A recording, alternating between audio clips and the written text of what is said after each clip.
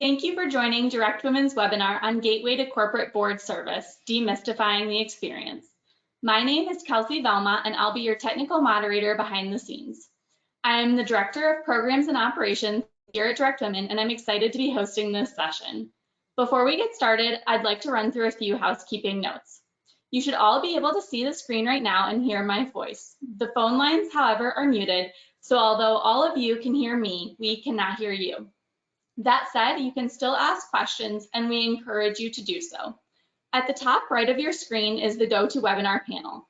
Just open the console, find the questions section, type your question, and hit submit. Feel free to submit questions at any time. Today's webinar will be approximately 1 hour with 45 minutes of content, followed by a few minutes for Q&A. Our speakers' biographies are available for download in the handout section of the GoToWebinar console. Lastly, there will be a short survey at the end of the webinar that we hope you will complete. It is only 4 questions and should take no more than 2 to 3 minutes tops. With that, I would like to turn it over to Amanda Kramer for a brief introduction. Amanda? Thank you, Kelsey. So great to be here. Covington is proud to be a longtime supporter of Direct Women. We can all readily agree with one of the great statements made by the late Justice Ruth Bader Ginsburg when she said, "Women belong in all places where decisions are being made." And of course, that includes the boardroom. Increasing the representation of women lawyers on boards is more important now than ever. In the past year, women have left the workforce in record numbers, and representation matters. So I'm delighted to be introducing this wonderful webinar today on demystifying the experience of board service to help further Direct Women's goal of increasing the representation of women lawyers on boards and to increase the view that women in the workforce have of their potential and their possibilities. I'll now turn things over to the moderator of today's program, Maria Green. Thanks very much, Amanda. Thanks everyone for being here, and I'm happy that you're joining us for our panel on Gateway to Corporate Board Service, Demystifying the Experience. My name, as Amanda said, is Maria Green, and I will be the moderator for today's program. I previously served as Senior Vice President and General Counsel of Ingersoll Rand PLC, where I was responsible for all legal and compliance activities worldwide. I now serve on the board of 3 public companies, Tennant Company, Little Fuse, and Wisconsin Energy Group. I'm on the Audit and Corporate Governance Committee for all 3 of my boards. I also proudly serve on the board of Direct Women. For 14 years, Direct Women has focused on fulfilling its mission to increase the representation of women lawyers on corporate boards. Our work includes identifying qualified women attorneys and helping them position themselves for service on the boards of major companies. Through our programming, Direct Women helps to create a pipeline of women legal leaders who can effectively serve in corporate boardrooms. We also serve as a resource for companies seeking qualified women board candidates. I'm pleased to have panelists Sarah Dodds-Brown and Melanie Trent with me here today, and it's my pleasure to introduce both of them. Sarah serves as Executive Vice President and Managing Counsel at American Express, where she leads the U.S. Business Legal Group, which provides legal and regulatory support for the company's U.S. consumer, commercial, and global merchant and network services business divisions. She is a 2015 alumna of Direct Women, and Sarah and I were fortunate to be in the same class of Direct Women. And she now serves as an independent director on the board of Party City Holdco, Inc. Melanie previously served as Executive Vice President of Ronan Companies PLC, now part of Valaris PLC, a global offshore drilling contractor active in the Middle East, the United Kingdom, Norway, the Gulf of Mexico, and Trinidad. She is a 2008 alumna of Direct Women and a director serving on the boards of 4 public companies: Arcosa Inc., Diamondback Energy Inc., Frank's International NV, and Noble Holding Corporation PLC. On the Arcosa board, Melanie serves on the Audit Committee and the Governance and Sustainability Committee. At Diamondback Energy Inc., she serves on the Audit, Compensation, and Nominating Committees and chairs the Safety, Sustainability, and Corporate Responsibility Committee. On the Frank's International board, she serves on the Audit Committee and chairs the Nominating and Governance Committee. Finally, on the Noble Corp board, she chairs the Compensation Committee and is a member of the Governance and Sustainability Committee. Welcome, Melanie. Thank you. So with that, I'm happy to have you both here today, and we have a really robust topic, so I'd like to just dive into the questions if I could. So Melanie, let me start with you. How did you lay the groundwork for getting on your first corporate board? And what did you do more generally to prepare yourself for board service? Hi, hello everybody. I'm thrilled to be here today. And yes, so about 10 years ago, I think I was a guest at a panel just like this. And it was in person, and there were these women standing at the front who had amazing board service. And they said, if you want to be on a board, you need P&L responsibility or be a financial expert.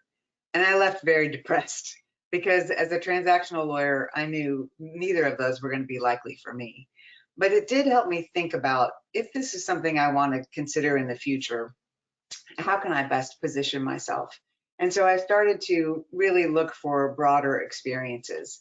And I was in a cab in New York, actually, with my CEO not long after that. And I said, hey, if there's ever an open position, I hope you'll think of me. And he said, what do you mean? I said, well, it doesn't have to be in legal, wherever it is, just think of me. I'd love to try something new.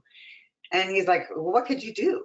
And I said, I'm willing to try anything. Anyway, long story short, after that, and more reminders to him over the next year, he made me Chief Administrative Officer, and I took over human resources and information technology and communications. And I think, continuing to broaden my scope was really helpful in the board search later on. Sarah, do you have anything to add? And just if you would talk more broadly about what getting ready for board service looks like. Sure. And I'm the newbie of the 3 of us. Melanie and Maria have deeper and longer board experience than I do, but I actually started thinking about board service pretty early on in my career. When I was an associate at the law firm before I joined American Express, I actually was quite interested in what it was all about, what was being a board director all about. I actually attended a Director Education Institute program as a young associate. And interestingly, at that program, I actually met a woman who would go on to become a mentor for me in my career. Many years later, after I joined American Express and was actually contemplating board service potentially for myself, I turned to the same mentor to talk to her about her experience serving on corporate boards. And it was actually she who introduced me to Direct Women and mentioned that the Board Institute was a preparatory program really helping accomplished senior women attorneys position themselves for board service, and really how to talk about our experiences and our skills in the context of what people look for in independent directors. So that was a really interesting thread for me, coming from just a lawyer looking to be better in her job, serving her clients, to thinking about this as a potential career trajectory for myself. So I applied for the Board Institute through the Direct Women program, participated in that about 6 years ago with Maria. We were in the same class. But for me, at that point in my career, I actually had just taken on a big new role, had young children, and it wasn't really the right timing for me to be thinking about really exploring external board opportunities at that point.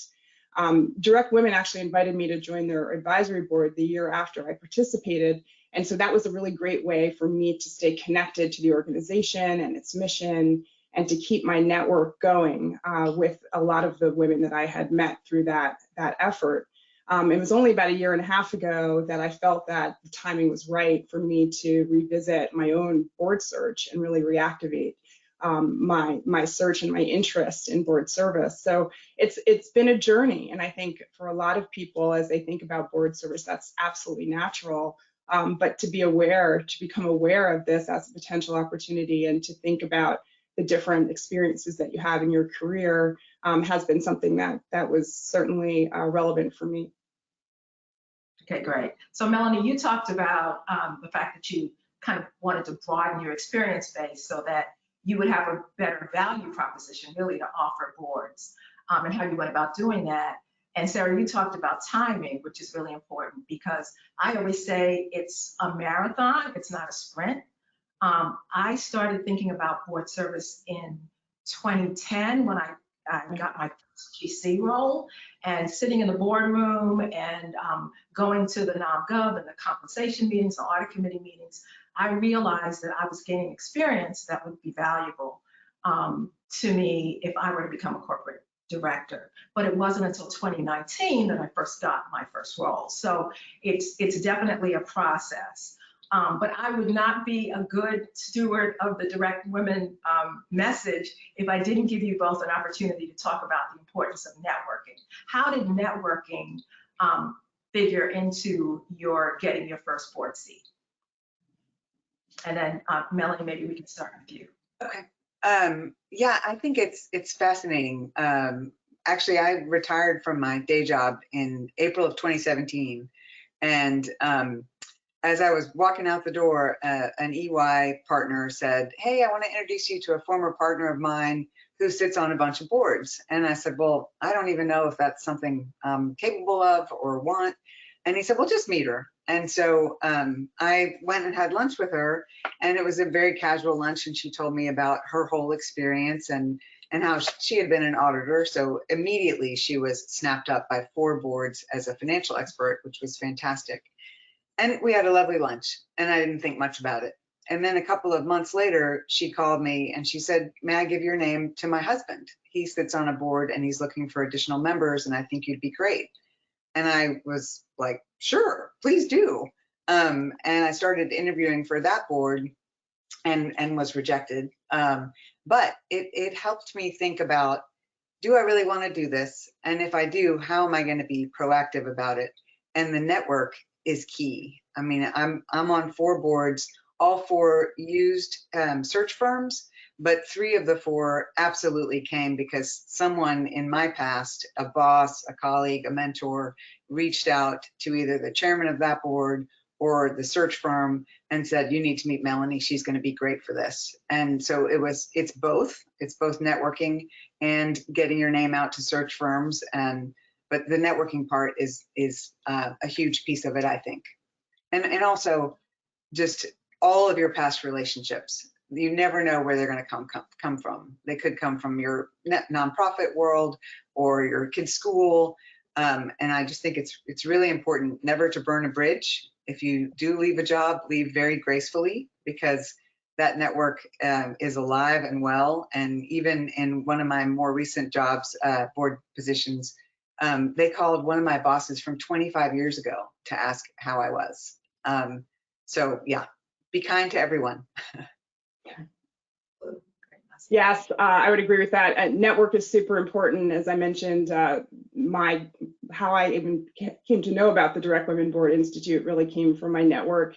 And my 2 board opportunities that I considered both came from personal networks, not necessarily from search firms.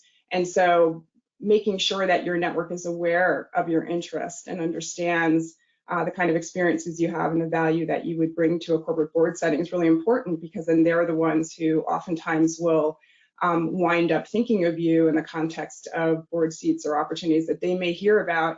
And to Melanie's point, also important on the network is people who've worked with you in different contexts, because you never know how the reference checks will go, including the informal, reference checks and the knowing people who know you and know that you will be a constructive participant in the boardroom and a collegial person that people will want to engage with and who will have credibility in the boardroom. That's really an important dimension that is an intangible that oftentimes people don't think about when they're thinking about interviewing for a board opportunity or how those selections ultimately come about.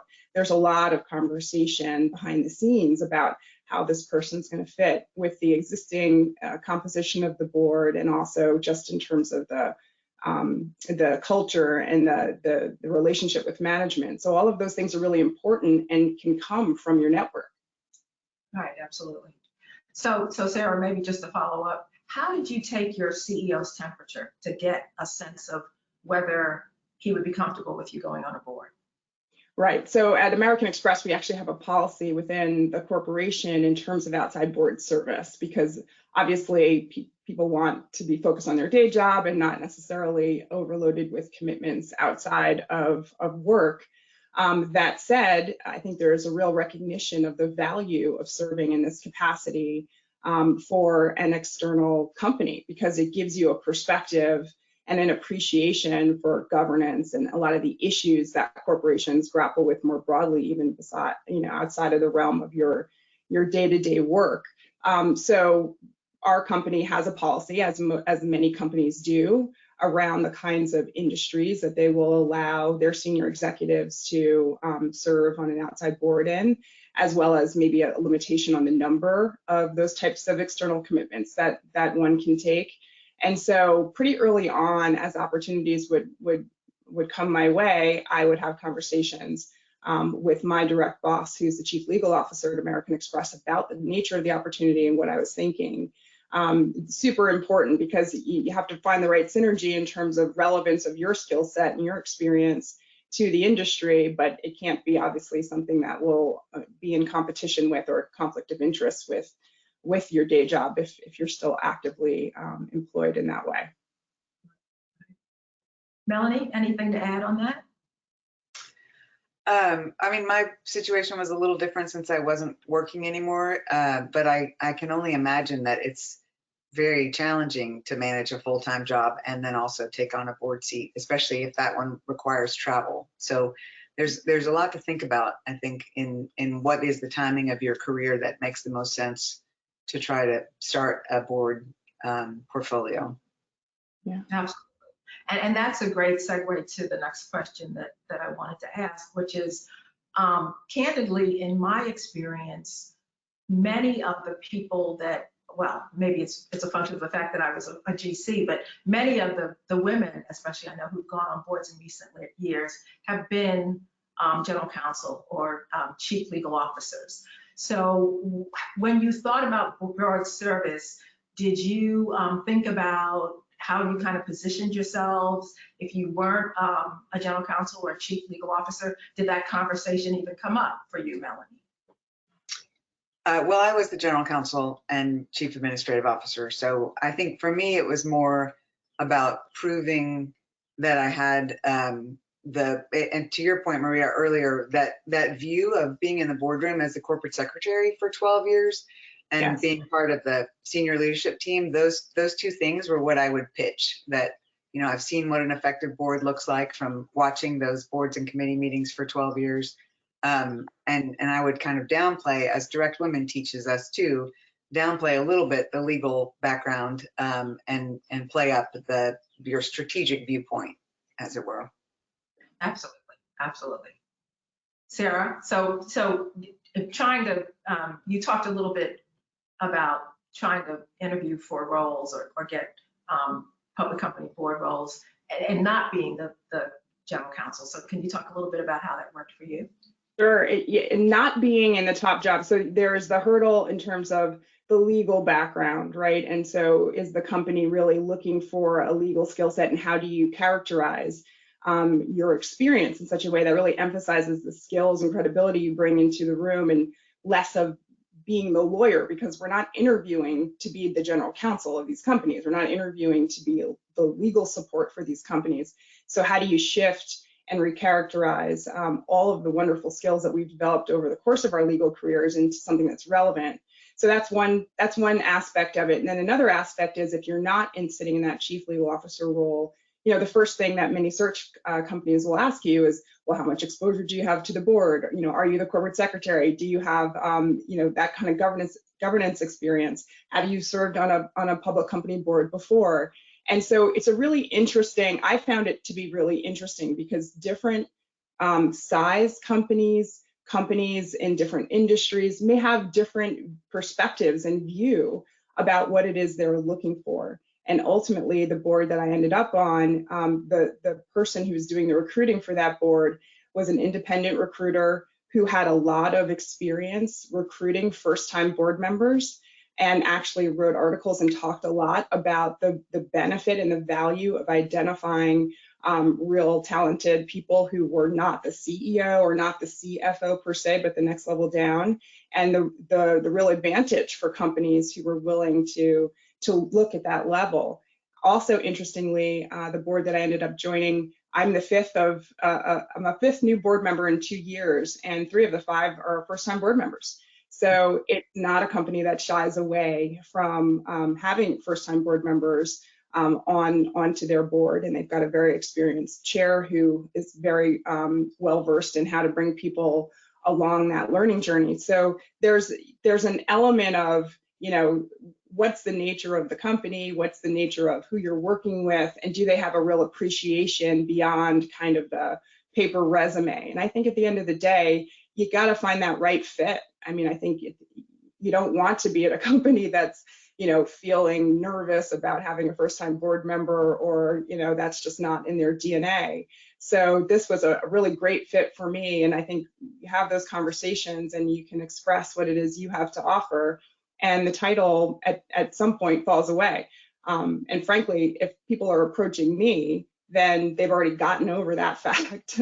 Otherwise, we're not having the conversation. So it was a little bit easier because it was, you know, situations where I was being approached for something. So people knew my background and the nature of my role. Right. And just to pick up quickly on something that you mentioned, Melanie. So when I went on my first board, one of the first things I did was I called the general counsel and I said, look, just so you know, I plan to stay in my swim lane. I'm not here as the corporate secretary. I'm not here as the general counsel. As a director, I recognize that our role is oversight and not management. And so, you know, I'm not here in a management capacity. And so have you had any experiences where your GC background, Melanie, has become an issue, or the boards look to you for legal advice? Has that ever happened to you with any of your public company roles? You know, it does from time to time, and I've become the master of going and looking at the general counsel because that's their role. It's not mine. And I don't, you know, I'm inactive with the bar. That's not my role anymore, but I try very hard to do exactly what you did, Maria, to be very respectful of the general counsel and make sure that they have the voice in the room with respect to legal advice. And Sarah, I think to your point about your title at American Express, your title at American Express is so much more impressive than mine at a much smaller company. So I think if boards weren't looking at that level of such amazing big companies, then they'd be missing out on a lot of great talent. So I'm glad that's working. It's an interesting comment too, because I think, you know, back to the earlier question about CEOs and corporate policies on these things, you know, as we've seen a lot more companies really focus in on the need for diversity and wanting to have more diversity on their boards, a lot of companies are having to rethink their own policies about what they'll allow their own executives to do, recognizing that they've got really talented people in their ranks. And so, you know, restricting them from serving on outside boards is actually not really a helpful service in the broader scheme of things. And so I think there's a lot more openness to this that we're seeing, and the environment seems to be shifting just in terms of the types of skill sets and backgrounds that people are willing to consider these days. So it's an interesting dimension. You know, for me, my company actually had an open general counsel position at the time I joined the board. And so that was a conversation that we had as well, right? I'm not interviewing for that job. I'm here for this job, but it was legal skill was part of the matrix that they were really looking for. They really wanted somebody on the board with risk management background and legal background and experience with ESG issues. And so I could really fulfill a lot of those dimensions, but at the same time, be helpful to them as they thought about their general counsel search and what that role really was going to look like.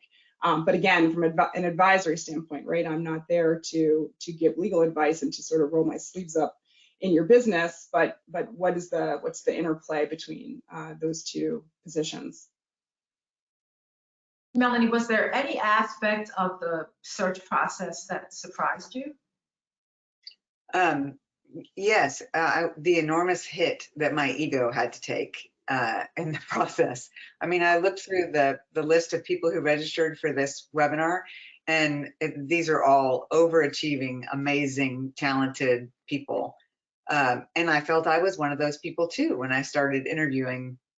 In my first year, I did some level of interviewing with 8 different companies. It might have been just, with the search firm, but some, and I got on those lists and I was presented to the board, and out of those 8, I received 3 offers, and 3 offers out of 8 is probably a decent batting average, but it was very humbling to me. I think it's really important for everybody to understand that the board search process is not like any other interview process you've been in. I think of it much more as a jigsaw puzzle, where the current board has a lot of the pieces in place and they're trying to fit one more that fills the gap that they need. And that gap might be financial expertise or international deal making or whatever it is. But you can't get your feelings hurt when you're not the right piece, because that might not be the right company for you. So I just would encourage everyone to look at the skills matrix that public companies put out in their proxy statements, if you haven't already seen what that looks like, and just realize that each board member fills, a column or a set of skills. And it also helps you in your pitch when you are interviewing to try to figure out what are they missing that I might have, and I can talk that up. But it's a jigsaw puzzle. So you talked about this a little bit, and you talked about how humbling the experience was, but can you talk maybe a little bit more about how you prepared for your interviews, your board interviews? Yes, I mean, I think the great thing about being in this decade is that there's so much information out in the world. And so with each company that I was interviewing with, I would read as much as I could, their annual reports, the investor reports, just anything, even Glassdoor, like see what people are saying about the CEO. And then I would reach out to my network and say, who do you know on this management team? Who do you know of this board members? And what do you think of them? And I would try to be somewhat skeptical in my approach, because I wanted to make sure that it was the companies I was looking at are industries that I could add value. If it was so far afield from what I know, I didn't think that would be the right fit for me. But definitely lots and lots and lots of research, and always trying to come up with some questions that might not have been asked before, so that you can have a full conversation in that interview rather than just be pummeled with questions. Sarah, anything to add? Yeah, absolutely. So definitely all the public filings, I try to understand what's the journey the company's on, where have they been, where are they going, what are the unanswered questions that I have, where do I think the gaps are, or sort of the things that trouble me about what I'm seeing or what I'm reading, or that I would want more information on. I also try to understand the management team. How long have they been in place? My company had an almost all new management team, senior executive management team when I was interviewing. So understanding that, who else is on the board? What are their backgrounds and where did they come from, and how are they interrelated? And do they know each other? Are they on other boards together? So that was kind of interesting to me to kind of map out and understand, okay, how do these relationships work? And really just getting into that. And then the last thing I would say is, how do my skills or how do my experiences translate into this particular business or industry? So I happen to have 3 young children, so I'm very familiar with Party City and their offerings. I am a regular consumer, so I had that perspective, but I also work in a very customer-oriented business. So even though I don't have retail experience and background, if you're talking about customer orientation and sort of brand positioning, that's something that I do have background in, as well as risk management and sort of leadership. And so as I thought about the transformation they were undergoing, making the connection between the experiences that I've had and the exposures that I've had, and how does that, what can I bring to bear in terms of this business and the journey that it's on? Terrific. So we're talking a lot about how you get your first board opportunity and how you interview. But let's talk a little bit now about that opportunity comes along and you're offered a board seat. How do you evaluate that opportunity and whether it's the right company for you? How do you go about thinking about whether or not you actually want to join the board once you're invited to join? Sarah, why don't you go first? Sure, I was just going to say, for me, I would think that you do a lot of that thinking before you get that offer. So just thinking about where's the company located from a geographic standpoint, is that going to work? Obviously, is it a board you can serve on? Do you have conflicts or other issues that you need to clear? Getting that stuff out of the way and really clearing those hurdles early on and not waiting till late in the process is super important. Because a lot of people are investing a lot of time in talking to you and taking you through the interview process. And then ultimately, at the end of the day, I had to think about the time commitment, right? It is a significant time commitment. You are committing to a public company who has certain obligations with respect to their independent directors. And so it's not just the time commitment to serve on the board, but also what upskilling do I need to do outside of the actual board meetings and board service? You know, as a first-time director, my company actually supports me with a membership in an ACD. And so, you know, really on the path to getting board certified and taking those types of CLE-like courses for directors. And so really, is it possible for me to fully commit in a way that I think is necessary to do a good job in this capacity? So those were the kind of questions that I thought about really as I was entering the interview process and early on, and then ultimately in making the decision about whether to accept. I can also do one external board. So is this the external board that I want to do? And so being thoughtful and mindful about that as well was also, you know, not necessarily just jumping at anything that came along, but is this the right experience at the right time for me? Yeah, I think it's also really important to not get too far in the process if you don't think it's a good fit for you. I don't have any statistics on it, but I don't think it would go over well if search firms learned that you had gotten an offer and you declined. So I think the diligence, to your point, has to come early on. And at any point, if you get uncomfortable because of the size of the company or its financial health or whatever, or the time commitment, you should pull your name out of the search process. I don't know if you guys have had that experience, but it would be very difficult for me to decline once you got the offer. Absolutely. So maybe let's now talk a little bit about advice for all of the people who joined us, our audience today. Is there anything that you wish you had done differently or earlier in your career, experiences that you had sought out, anything that you would do differently sitting where you are today and thinking about your board search? Melanie? I mean, I think my first reaction when I hear that question is I should have networked more. But I have to say my career has been nonlinear. I worked in a law firm, I went in-house, and then when I was getting divorced, I quit and I took 2 years off to make sure my kids were okay. Then I went back to work part-time, eventually went full-time. I think all those decisions were the right ones for me, for my family, but probably delayed my career path a little bit. So yes, I could have done a lot more networking along the way, but I also think it's really valuable to your life to get to your kids' soccer games or your nephew's graduation or your favorite workout or whatever it might be. So I don't think I have any regrets. And if I could talk to my younger self, I think I would say, you know, do what feels right and trust your instinct about what you need for your own life to be happy and satisfied. There will always be time when you get to the age or the career stage where it's appropriate to start thinking about board searches. There will be time to network. And the thing I remember is that the most important thing about networking is being top of mind. So in a way, the networking you do in the 2 or 3 years before you're ready to be serious about a board position are the most important years, and less so when you're 30 or 35 or just earlier in your career path. Yeah, and what Melanie's talking about is really activating your network, and what's the right time frame in which to do that.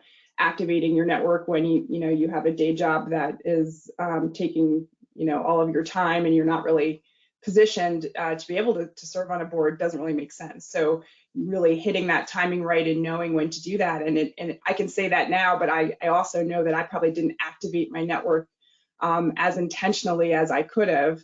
And it's interesting because once I was joining a board, I felt I was much more intentional about finding people in my network who had corporate board experience to talk to them about what it was like being on a board and to get advice about going on the board, but I didn't necessarily activate them when I was looking. And so that was interesting to me, just to sort of realize in retrospect, like, wow, I actually had more people in my network who either had a similar profile or background to me who are on corporate boards or who have board experience that I could have tapped into to let them know of my interest and to sort of activate them in the process. But I didn't think to do that extensively until after I was actually already had an opportunity and was looking to join. And I activated them for advice in that process, but not in the search. And so really don't underestimate the power of your network. Ultimately, the referral that I got for my board seat came from a colleague at my company who I happened to mention to her that I was interested in board service, and I'd done these different programs and had really just restarted my search, and she hadn't been aware of it. And a month later, she referred me to this particular search. So it was just interesting how much of a role that really plays and what that really means to activate your network and be intentional about it. It's very important. Yeah. So Melanie, it's interesting. You talked about your path being kind of non-traditional, but it was perfect for you, right? And so I think it's important to emphasize that everybody's path is going to be different.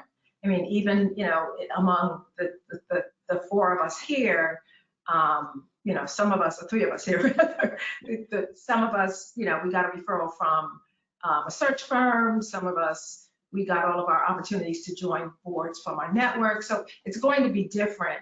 And I don't think there's any one particular skill set that's important, because what boards want is kind of a best athlete who can talk about strategy, who can talk about operations, who can talk about, the risk and the opportunities that the companies face and how they mitigate risk. But as you think about maybe particular skill sets, just broadly, are there any skill sets? Is there any advice you would give to our audience on skill sets that they should maybe try to emphasize or make sure that they get as they're thinking about board service? Melanie?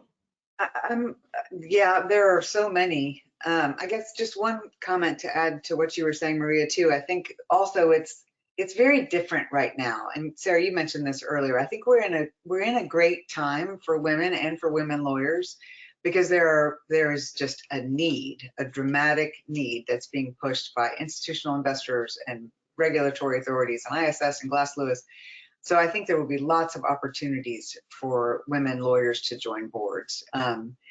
And you're still going to have to pitch yourself really well in that boardroom for how you're not going to be just a lawyer. So I think to the extent you can get experience in cybersecurity, oh my gosh, the poor general counsel at Colonial Pipeline, whoever that person is going to be able to be on any board for the rest of their lives, because they have this great experience of how to survive a hacking and ransomware. And so I think almost any strategic issue that comes up, to the extent you can get experience in M&A, in cybersecurity or IT more generally. I think also just the social, the ESG efforts. I think there's so much to be learned right now, and there are still some companies who are so far behind in thinking about ESG, but I don't believe it's going away. So to the extent you can learn more about it and take on projects that are involving those kinds of topics, I think it would behoove you in the future. And I would just say, and these aren't necessarily like tick the box like skills, right? It's not like a deal sheet that you want to be able to show that you touch these different areas, but really is about the skills and the critical thinking and the exposure to those types of issues and how to navigate them that you bring to bear in the boardroom. And just to push a little bit on the best athlete model, like one of the biggest, I guess, misconceptions that I had was that there was almost like this prototype of like the profile of the director that a particular company was looking for, and that they're looking for people with the sort of the same kind of skill sets. And I've just found that not to be true. And this, at least in my very limited experience, one of the most fulfilling dimensions of being on the board is the different skill sets that different board members bring to bear.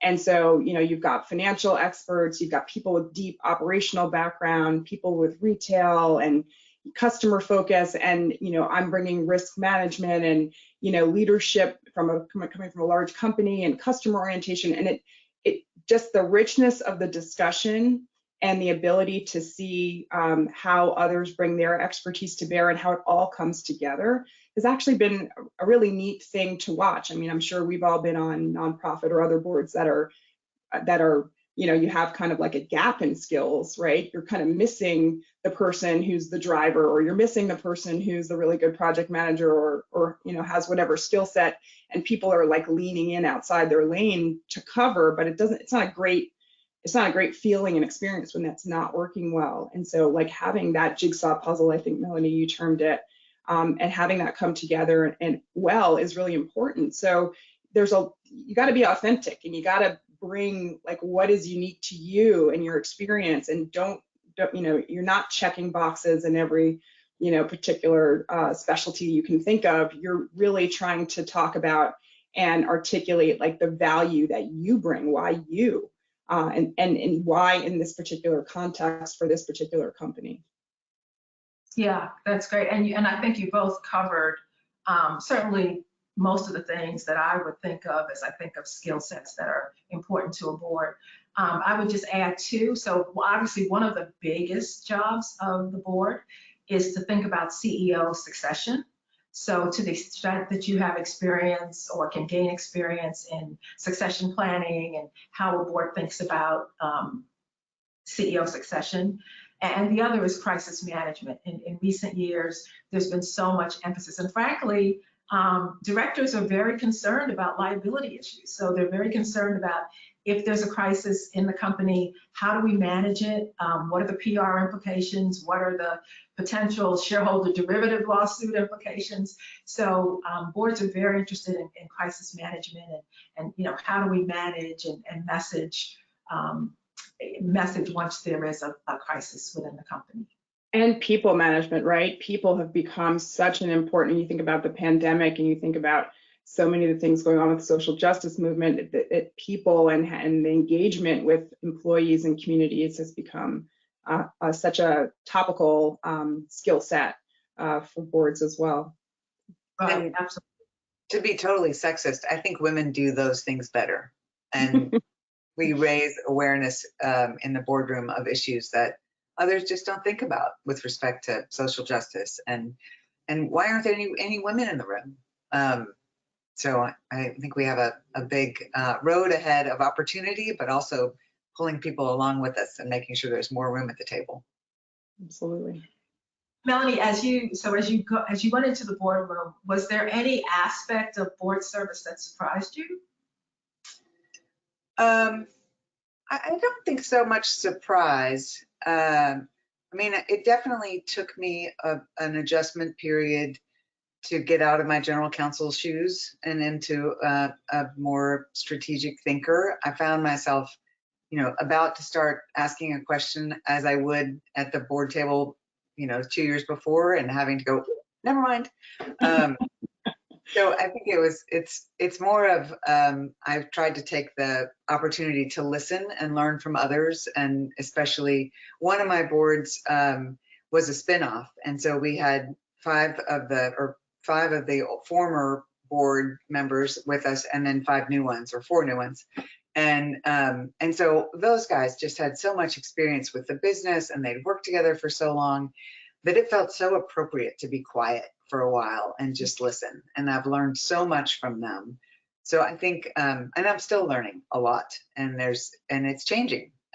So I would say just keep learning and keep an open mind, and make as many deeper relationships, both with your colleagues and with the management team, so you can hear firsthand and have a good, be able to ask the dumb question, and feel good about what value you're adding over time. But it's not necessarily in the first 6 months for me. Absolutely. Totally agreed. And the mindset shift is definitely a big one, in finding that right balance of how you want to contribute, and also at the same time upskilling and learning, right? And learning the culture of that particular board and how they work, and the relationship with management, but also that business. And there's definitely a big learning curve, and then how much to lean in. That's exactly right. Yeah, right. So you talked a little bit, Melanie, about going on your first board and kind of what that experience was like. So what did you do? Was there anything in particular that you did to try to kind of jumpstart your your role as a director? Was there anything that you did once you got on a board to try to be a more effective director?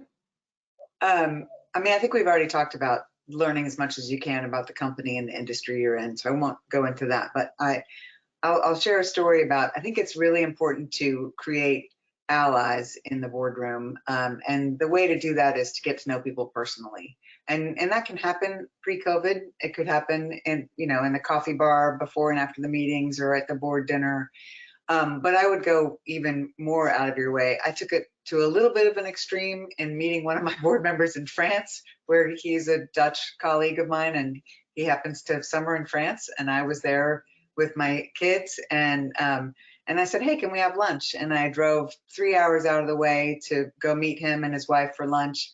And that 4-hour period that we had together changed our whole relationship. He went from a little bit standoffish, maybe aloof, to really a very close friend and ally of mine. And now after every board meeting, we talk to each other and we text each other on WhatsApp, and it's just changed my experience on that board to have someone close. And I, post-COVID, I hope to be able to continue to do that with other board members on other boards, and just continue to grow that relationship, because you're making the most difficult decisions. We don't get to make the easy ones at the board level. It's whether or not you're going to merge or spin off or go file for bankruptcy, whatever the issue might be. And if you don't know your board members and have already developed a trust level, it's not going to be easy. So it's time well spent. So Sarah, other than shopping with your children at Party City, anything you did to accelerate your knowledge of the company and as a director? Well, I do sit on the audit committee, so there, as you know, there's a whole lot of information that comes along with that.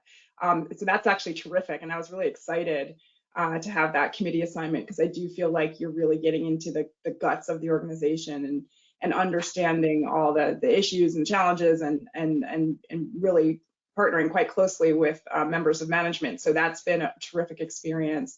I've also caught up with directors outside of the meetings. It's hard for me. I've only been to virtual board meetings. I have my first in person in July, so that will be, we'll have to come back and talk about what that's been like. But having that ability to connect with other directors outside of the boardroom has been really important. And then, as I mentioned, we had an open general counsel position, and the company management reached out and wanted my advice and assistance with that search, and I really leaned into that and tried my best to help them and to be part of that interview process. And so that kind of engagement and partnership was also wonderful in terms of establishing rapport and relationships, and really helping them navigate a situation where I had a particular expertise. Yeah. Well, one of the things that I did really for all 3 of my boards is ask either the lead director or the board chair to assign a board buddy for me. Because especially now, Sarah, as you mentioned, during this period of COVID, we've all gone on boards during COVID, and it's just so hard because you're not in the room. First of all, you don't have the dinner the night beforehand. You don't have the opportunity for, the experience that you had, Melanie, where you actually meet a director and spend time with him or her outside of the boardroom. So it's hard to get to know people. And also, since we're not all physically together, you miss so many of the nuances, the body language, the kind of the unspoken things that go on. So I thought it was really important to have a board buddy, which was someone who was a more experienced director. And after each meeting, I would just kind of debrief with that person and say, hey, what's the history of this issue? Why does it seem to be such a hot button issue, in the boardroom, and why does so-and-so seem to have such a adamant point of view? So maybe just to get a little bit more context and color than you could actually get during the meeting. So I found it invaluable to just have someone that you can bounce ideas off of. And it sounds like that's kind of the relationship you developed, Melanie, with the one director that you mentioned. But I would try to maybe make it a little bit more formal and actually just have one person that I could go to and say, help me understand what this issue is and why it seems to be such a volatile topic. Yeah, I love that idea, and only wish I'd known you back in 2018. Well, we know each other now, so I'm sure we'll learn lots from each other going forward. So just wanted to try to make sure that we get to some of the questions from our audience. So one of the questions is, do panelists have any suggestions of ways to research board of directors profiles to see what their skills are? Any thoughts on that? Well, that's pretty easy because it's all out there. I would definitely look at companies you might be interested in. I would look at their websites and read the bios, but then get into the proxy statement and look at the skills matrix. And I think more and more of that information is being put out now because boards feel as though they have to justify their board members who have been on the board for a long time, as there's a concern that with too long a tenure, you lose independence. So I think you can find it all out in the 34 Act reports and on the websites, I believe. So another question we have is, can the panelists expand on why it would be helpful to downplay your legal background? Go ahead, Sarah.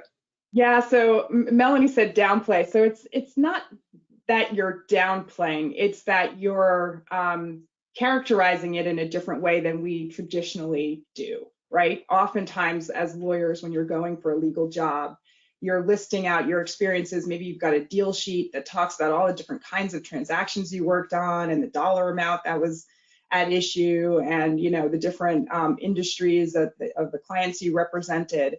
But it doesn't necessarily reflect your skills and your role and how you will actually show up in a boardroom. So just having had exposure to a whole bunch of things and a number of different matters or cases doesn't necessarily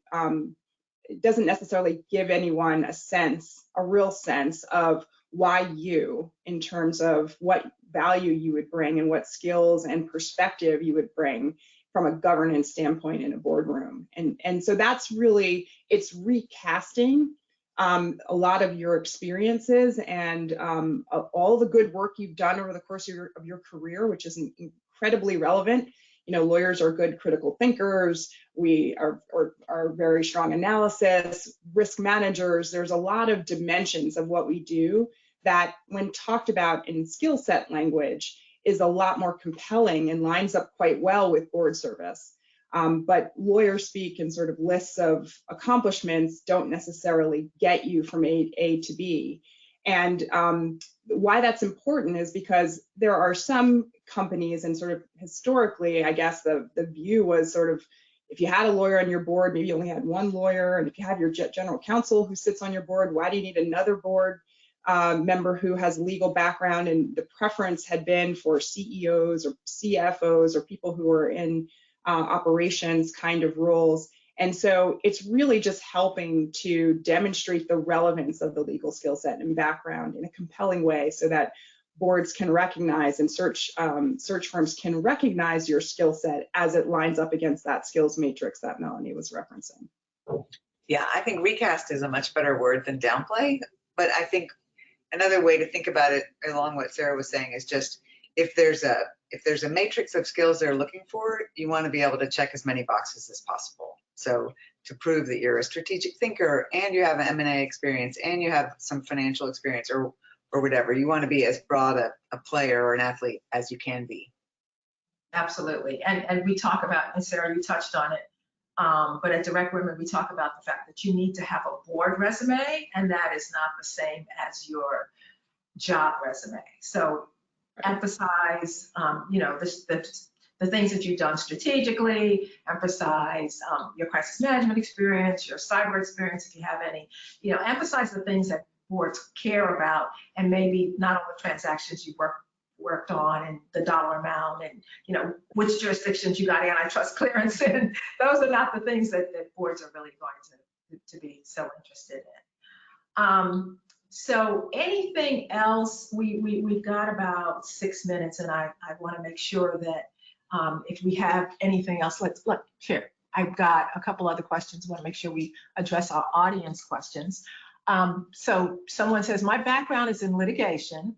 Any suggestions for gaining skills / marketing skills that would be attractive to boards for those of us in the litigation corner of the legal world? So I think one of the exercises that you need to do when you think about board service as something that you're interested or that you may want to pursue is when you look back on your experiences, do you have a particular industry expertise, or where has your litigation background and experience really focused you? And that helps you narrow down the types of companies or maybe industries that might be most relevant based on your skill set, because that can sometimes help you to contextualize the nature of the value that you can bring, as opposed to, you know, just litigation generally, like what type of litigation and what size companies and what industries, and do you have a certain expertise that you can bring to bear that's particularly valuable in a particular domain? And really, again, think about the application. It's not necessarily a generic board profile that you're trying to build, but one that might be particularly attractive to a particular company in that industry or that at that stage of development or maturity. So it's not a one size fits all, but what does your background say about you? And then how do you target the right opportunities based on your experiences and your skill set? And just to add to that, I've seen 2 examples of lawyers. One who was a products liability defense litigator, who then was offered a job at a company where products liability defense is super important, like a tire manufacturer or some, where that litigation expertise will be needed in the boardroom all the time. And the other example I've seen is a litigator at a firm here in Houston who rose up in the management ranks. And so eventually, I think she was managing partner of the Houston office, and she was able to parlay that expertise into, well, yes, I'm a lawyer and I'm a manager of a big office that brings in hundreds of millions of dollars. So you need to think of me as a business person too. So I think there are ways to get additional experience that would be helpful. I think that's absolutely right. Think broadly about your experience base. If you're a litigator, you're a particular type of litigator, and you may have management experience. You may have project management experience. So definitely think about your experience in a broad way. So last question, quickly, can you both, we've talked about nonprofits. Sarah, you talked a little bit especially about nonprofit board service. Any view on whether nonprofit board service is helpful at all in getting on a public company board? Melanie, maybe do you want to weigh in on that? I think I would just say there are nonprofits and there are nonprofits. If you're on your neighborhood's, I don't know, garden committee, and you have a budget of $5,000, that's not, you might meet some great people who might know people, and so the networking part of that might be helpful, but it's not going to be something that on your resume people are going to say, oh, she has board experience. If you're on the board of, here in Houston, I was on briefly the comp committee and the audit committee of the Memorial Hermann Hospital System. It's a $4 billion hospital system. That was relevant committee experience before I was able to get on a board.